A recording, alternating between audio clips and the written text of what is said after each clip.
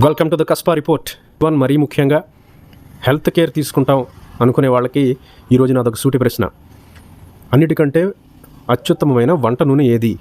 ఈ ప్రశ్న అడగగానే చాలామంది చాలా రకాలుగా జవాబులు చెప్తున్నారు.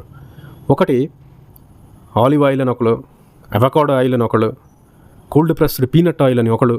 కోల్డ్ ప్రెస్డ్ పీనట్ ఆయిల్ అంటే ఇంకేం లేదు, గానుగ పట్టించిన వేరుశనగ నూనె. ఇలా రకరకాల సమాధానాలు ఈ మధ్య వస్తున్నాయి. కానీ మనం చిన్నప్పటి నుంచి వింటూ తింటూ పెరిగిన సన్ఫ్లవర్ ఆయిల్ ఈ లిస్టులో కనిపించట్లేదేమి ఈ మధ్య. మనం చిన్నప్పటి నుంచి విన్నదేంటి? అన్నిటికంటే అత్యుత్తమమైన నూనె సన్ఫ్లవర్ ఆయిల్, గుండెకు చాలా మంచిది, హృద్రోగాలను తగ్గిస్తుంది, ఇలాంటి అడ్వర్టైజ్మెంట్లని మనం వింటూనే పెరిగాం ఇంతకాలం.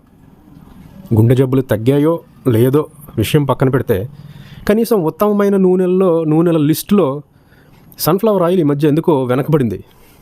దాని ర్యాంకింగ్ ఎందుకో తగ్గింది. ఎందుకంటారు అంటే అప్పట్లో ఈ అవకాడో ఆయిల్ ఈ ఆయిల్ లేకనా? ఉన్నాయి, కానీ సన్ఫ్లవర్ ఆయిల్ని ఎందుకు అంతగా ప్రమోట్ చేయబడింది? ఈ సీక్రెట్ మీకు తెలియాలంటే దేవర కథ కంటే పెద్ద కథ మీకు తెలియాలి. కథ చెప్తాను వినండి.